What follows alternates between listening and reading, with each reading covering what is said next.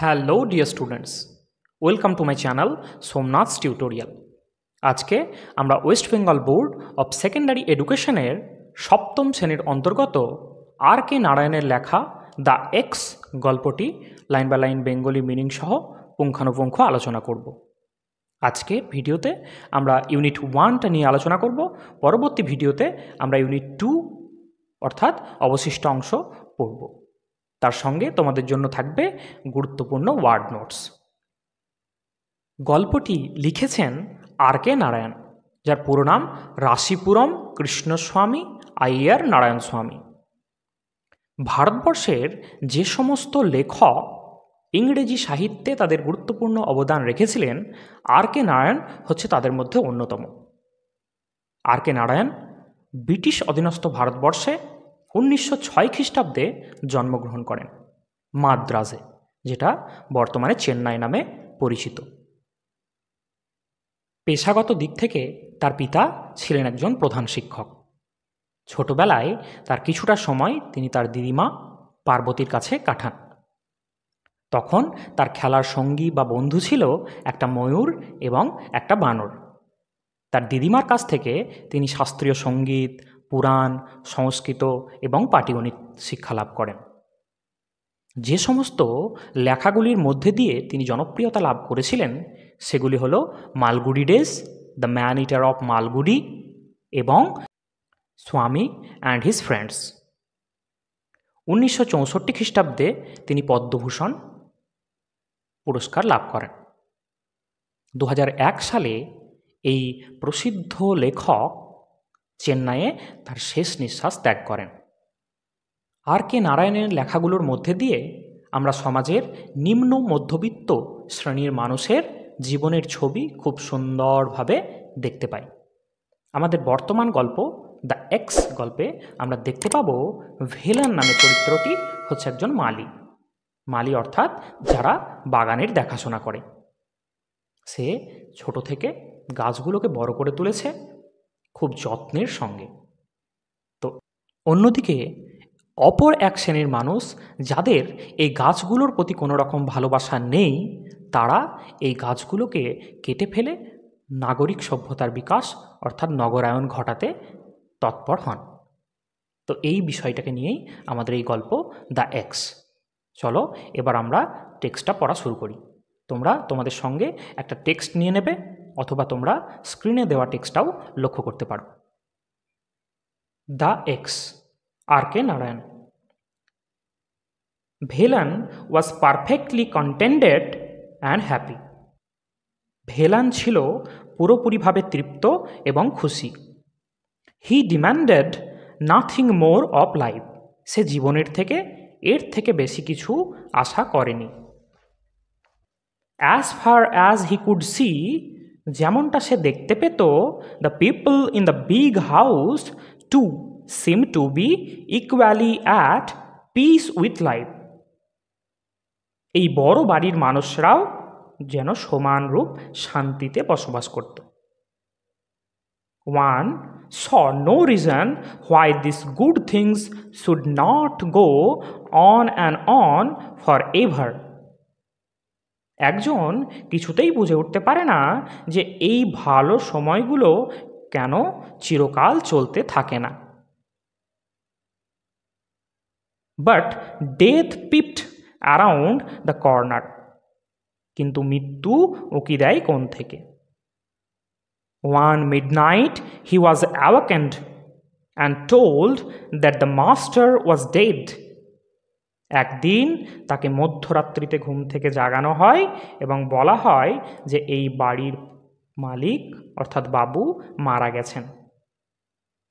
What is to happen to the garden and to me?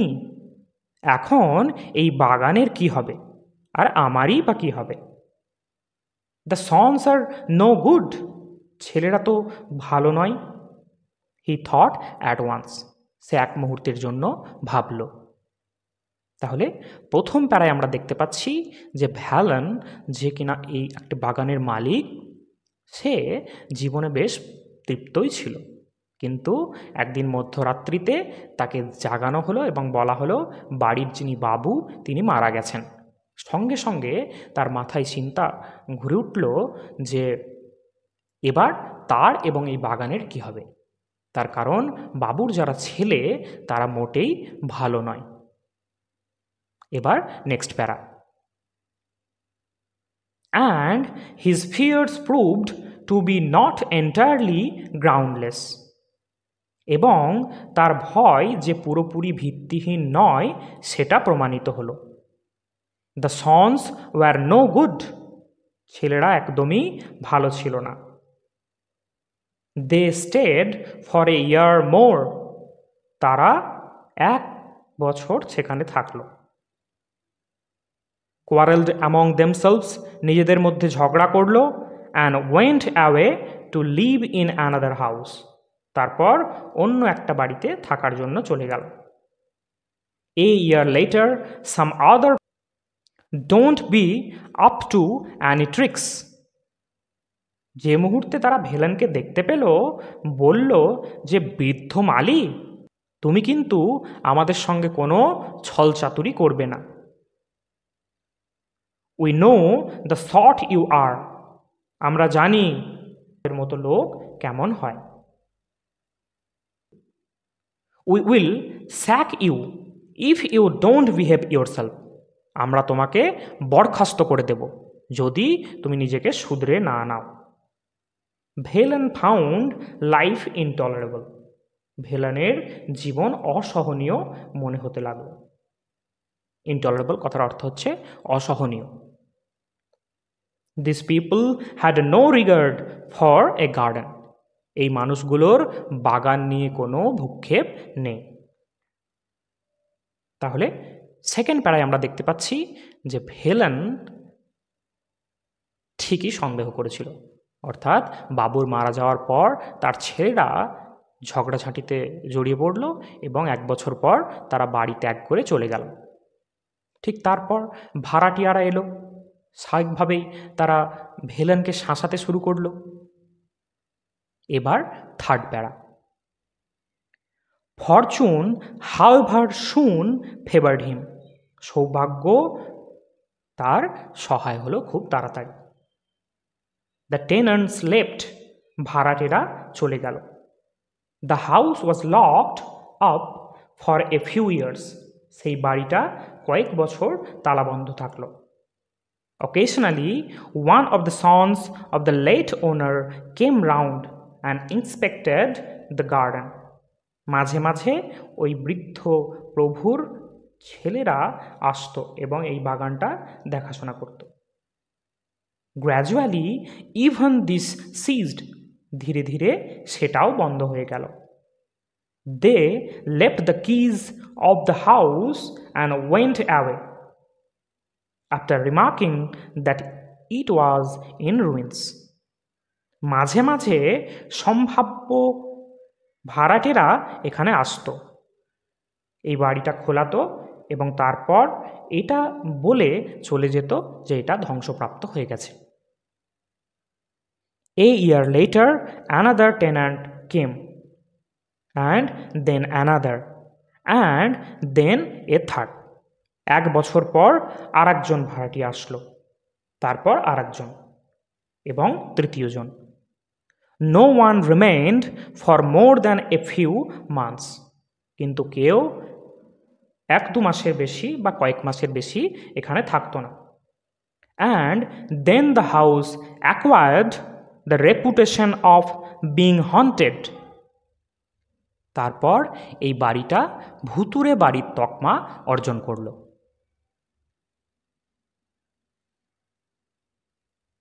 এরপর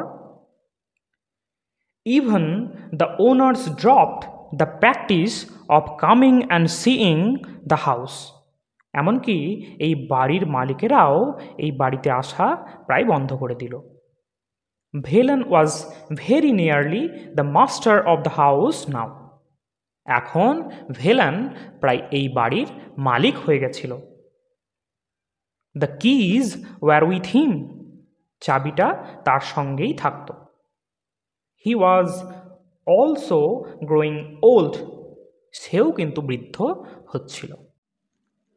তাহলে এই প্যারাগুলোর মধ্যে আমরা দেখতে পেলাম এই বাড়িটির ধীরে ধীরে পরিবর্তন, অর্থাৎ বৃদ্ধ মালিক থাকার সময় এই বাড়িটা ঠিক কেমন ছিল, তার পরবর্তীকালে তার মৃত্যুর পর ভাড়াটিয়ারা মাঝে মাঝে কয়েক মাসের জন্য এসে থাকে এবং তারপর এটা ছেড়ে চলে যায়। ক্রমশ এটা কিন্তু একটা ভুতুড়ে বাড়ির তকমা লাভ করল। এরপর পরবর্তী অংশ। When the mood seized him about once a year, he opened the house and had the floor swept and scrubbed. যখন তার মনে হতো বছরে একবার, প্যাকেটের মধ্যে সে এই বাড়িটাকে খুলতো এবং ঝাড় দিত, তারপর ঘষে পরিষ্কার করত। স্ক্র্যাপড কথার অর্থ হচ্ছে ঘষা। But gradually he gave up this practice, কিন্তু ধীরে ধীরে সেও এই কাজ বন্ধ করে দিল। He was too old to bother about this things, তার কারণ সেও এই সমস্ত কাজগুলো করার পক্ষে বা চিন্তাভাবনা করার পক্ষে খুব বৃদ্ধ হয়ে গেছিল। Years and years passed without any change, বছরের পর বছর পেরিয়ে গেল কোনো রকম পরিবর্তন ছাড়াই। It came to be known as the ghost house, এখন এই বাড়িটা ভুতুড়ে বাড়ির তকমা পেল। অ্যান্ড পিপল অ্যাভয়েডেড ইট, এবং মানুষজন এটাকে এড়িয়ে চলত। Velan found nothing to grumble, Velan এতে অভিযোগ করার মতো কিছু খুঁজে পেল না। ইট সুটেড হিম এক্সেলেন্টলি, তার কারণ এই অবস্থা তাকে খুব সুন্দরভাবে মানিয়েছিল।